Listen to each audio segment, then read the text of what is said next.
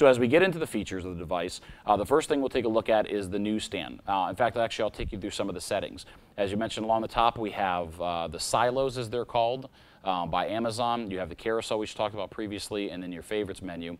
On the top here, you also have a search bar. So if I were to type in stimulated boredom, it'll search the device in terms of the library of apps, but if I wanted to search on the web, I would just simply hit web, and then it would give me options here to search, and then I would hit stimulated boredom, and then it would search from there. But what I'm going to do, I'll probably go into the Silk browser a little bit later on so that you guys can get a sense of that. Beyond that, you have your settings along the top. This is actually called the quick settings. If you just simply do a tap on the top. Now, as I mentioned, there are no volume rockers on the device, so there are no physical buttons for you to adjust the volume. You would actually do that here. You can actually hear the little tone to show you made a change. You can lock the device, which basically will prevent it from changing its orientation. Or you can unlock the device, which will allow it to be viewed in landscape mode, which at the moment seems to be going slow. There we go. Okay. And then the other options that you have, clicking on the top, you can adjust the brightness. You can, of course, connect to Wi-Fi, sync the device with Amazon servers, and then under More, you have a bunch of other options. My account, sounds, display, security. In fact, you can hit security, and if you want to set a password for your Kindle Fire so that it's locked down whenever it goes to sleep or you hit the power button, that way you can put in a password and have some security protection there. Then, of course, you can manage your applications, date and time, your standard stuff, wireless network. Then, of course, device. It'll bring you into information relating to how much memory is available, how much battery is available, what firmware update. As I mentioned, they recently updated to version 6.2, which fixed a couple of performance issues. Also, if you plan on side-loading apps, you'll want to hit Allow Installation of Applications. That allows you to install applications that are not currently in the Amazon App Store. So those are going to be your quick setting features. And that's pretty much it. It's very intuitive in terms of how you would use it. Now, moving on to the Newsstand, if you click the Newsstand, it actually allows you to get different magazines. As you can see, I'm subscribed to a magazine called Opinionated. For those who are familiar with stimulated boredom, that should be of no surprise to you. And then, of course, there'll be other issues that'll be available on the cloud, which I actually don't have that many. One of the gripes that I probably have in terms of this, you can go to the store, which will take you into the magazine store, and this allows you to surf through different magazines, newspapers if you want the New York Times. In fact, they have a great deal, exclusive 90-day free trial of all of these different magazines that you can try. I, in fact, used Vanity Fair and Wired magazine, so you get 90 days for free. And then you can either choose to do an annual subscription, which is roughly $20 a year, or you can do per issue, which is only $1.99 per year. And I'll take you through the magazines here in just a moment. But it's very clean interface, a far departure from the monochromatic experience that you had on the Kindle second generation, the keyboard Kindle. But you're able to surf through the different magazines. And of course, there's more. You can hit see all to bring up different ones, but these are just ones that are recommended or that are popular. So beyond that, bring you back. Bringing up a magazine, I'll go ahead and do that now. A little pull up Wired. And Wired actually has a very nice digital magazine. I would almost say that it's actually slightly better than the physical print magazine simply because it incorporates audio, video, different photos, so it's very interactive. And ironically enough, there's Jeff Bezos, who is the CEO of Amazon, as we're talking about one of his devices. And through the navigation, you can see, you just simply scroll. You do have advertisements that are in there, and then you can scroll up and down, going through the different content. More ads, of course. Scroll up and down. And then there's different areas where you can actually interact by simply clicking on, see if there's something here that will bring that up. As you can see, the scrolling is nice. It moves page by page as you scroll through. It also allows you the option to share to social media if you want to send it to Facebook or Twitter or email it. Oh, Mythbusters. I'll definitely be reading that. I was trying to find an example where you could click on some of the interactive content, but you guys get the point. So, oh,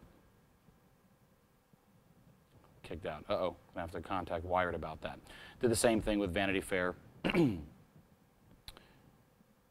it's very bright. The actual pixels on the device are higher than an iPad. So it's a very bright display. And here I was reading an article. As you can, here's one that's good interaction. World War II, again, no surprise to anybody who's a fan of the show. You can click here to interact. It'll bring up different images. And then, of course, as I mentioned before, a lot of times there'll be audio. You can click and actually listen to the person who's being interviewed. So anyway, it brings a nice experience in terms of the magazine. So beyond that, let me go ahead and close that out.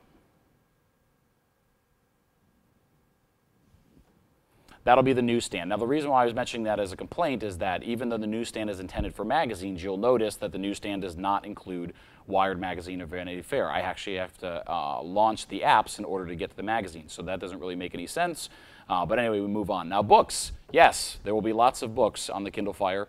Obviously, for those who've come over from the Kindle first, second, and third generation, these are all different books that I've downloaded in the past. You got the Steve Jobs book, etc. The book that I'm currently reading right now, In the Garden of Beasts by Eric Larson. And you have a lot of options here. Now, as I mentioned, I'm personally not a big fan of backlit displays when I'm reading books, simply because of eye strain and killing battery, whereas my Kindle second generation will last for weeks, if not over a month, if I have the Wi-Fi turned off. So in terms of battery, the Kindle Fire can't compete. Now, Amazon rates the battery life as it relates to the streaming and so forth, is if you have the Wi-Fi turned off, that you can actually, which is quite easy to do, you just simply would go to the quick settings and turn off the Wi-Fi, that you roughly get about 10 hours. Now, I've tested it. I got about 9.5 hours out of it, and that's from like constantly trying to stream, reading magazines, going to the internet and so forth like that. Excuse me, not the internet in that regard, because the Wi-Fi was turned off.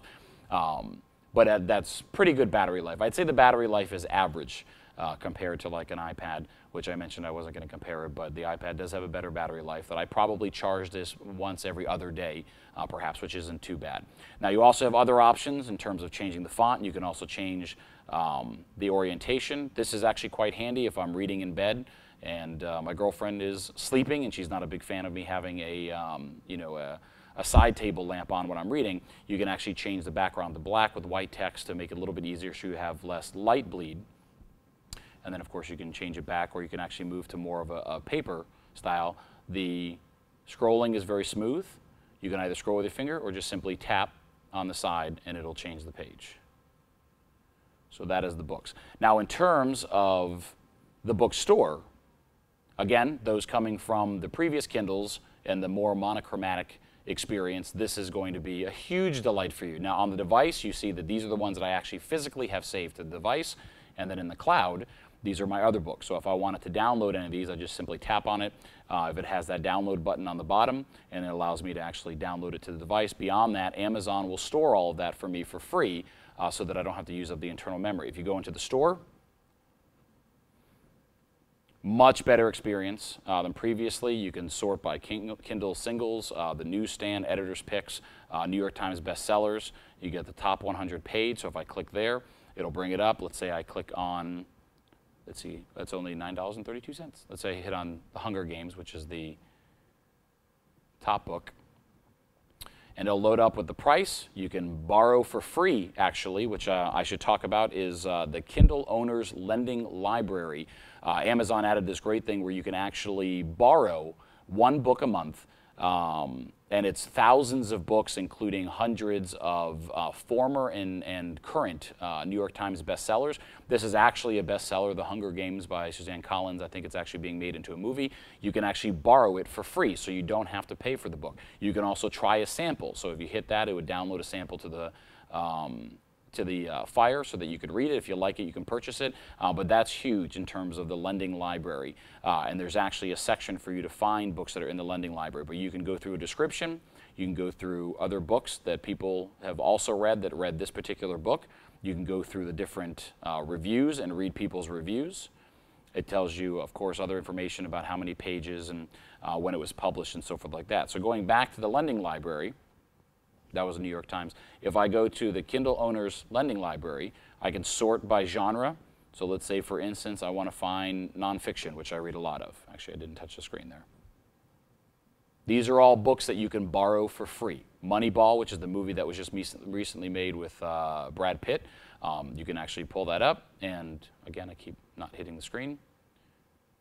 and you can borrow it for free. So that's awesome, because you weren't able to do that before, and that was probably an advantage that the Nook had before, is that you could actually lend people books. So that's a huge advantage, and there's thousands of books that you're able to do that with. So that is the bookstore. Very easy for you to scroll through. Again, the carousel. As you can see, I have a thing with Batman, so they keep recommending Batman to me. And that is the books. The other thing that I wanted to point out, as I mentioned previously, is if you've had a previous Kindle, if it is logged into your account, and Amazon does ship the Fire already pre-registered to your account, so as it arrived, I actually changed that. You can manage your Kindle. Mine said Dana's second Kindle, now it says Dana's Kindle Fire, my new precious. But as long as it's attached to your Amazon account, any books that you bought previously are available. These are all books that I actually bought on my Kindle second generation that were immediately available to me as soon as the Kindle Fire arrived. Now, one of the options that a lot of listeners have been asking me about is reading comic books. Now, I've recently gotten back into comic books, so I figured I'd cover that really quickly. Now, that is found under books. For instance, I have The Watchmen. Now, Amazon actually struck an exclusivity deal with DC Comics, in which a lot of their most popular graphic novels are available. So whether it's The Watchmen, whether it's Batman Hush, that particular story arc, that also includes Fables and other graphic novels, those are available on the Kindle Fire and are not available in the Apple Store or the iPad. Now, one of the things, because it is a 7-inch screen, some people might find that very difficult to read. So what they did is actually a guided view software that allows you to double-click on the panel, and it'll bring up the panel so that you can read it more easily. You just simply scroll, and it'll keep moving you on from panel to panel so that you can easily read the comic books. But in terms of the guided view technology, it's actually quite easy to bring up a panel. A double tap will bring it back to normal view. If you can read that as is, then that's great. If not, double tap and it'll bring it up. Now again, as I mentioned previously, there are no parental controls on the Kindle Fire, so therefore the term graphic novels will bring up comic books. It'll also bring up a different type of graphic novels, more along the lines of Lonely Housewife, Shirtless Vicars, and buxom milkmaids. So you want to be sure, obviously, when you have kids that are looking at books, if they search graphic novels looking for comic books, they might find an entirely different type of graphic novel. So consider yourself warned. Now, another app that you can get is Comixology, which is one that I use myself. They have a different type of view.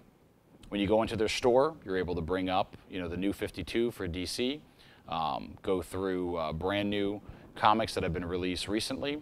Then you can also go to My Comics. I was reading Batman Hush. Oh, I just received an email. As you see, the art looks great, but there is no, oh, there we go. On Comixology, there is pinch to zoom, but that's not exactly the best way that you want to read a comic book. They do have a guided view as well. Swipe allows you to go through, and it'll actually navigate you through the art. Again, this is a little distracting for me personally, so I'm going to continue to read my comics on my iPad, but it's not a horrible way to read comics. But again, like in a panel like that, you'd want to turn it sideways, and you can pinch to zoom in order to read the different panels. One quick thing that I want to cover for some folks is quick memory management. If you go under the quick settings and go under more, a lot of people have asked this question. If you go under applications, it'll show you your running applications, and you can turn those off. Let's say, for instance, I don't want Spotify to run anymore. I would just hit force stop. Now, Android, which the Kindle Fire does run on, a skinned version, an Amazon skinned version of Gingerbread 2.3, normally handles management quite well. It'll turn a lot of these off on its own, but if you do pick up on any kind of lagginess, you can simply click on the app, hit force stop, and it'll turn it off. The other thing that you can do is you can go into your applications, actually hit all, and if you just want to clear up memory, a very simple thing you can do is go into the app, under cache, see here is 4.36 megabytes, you can just hit clear cache. Be very careful in terms of hitting clear data, because that'll remove all of your settings, your passwords.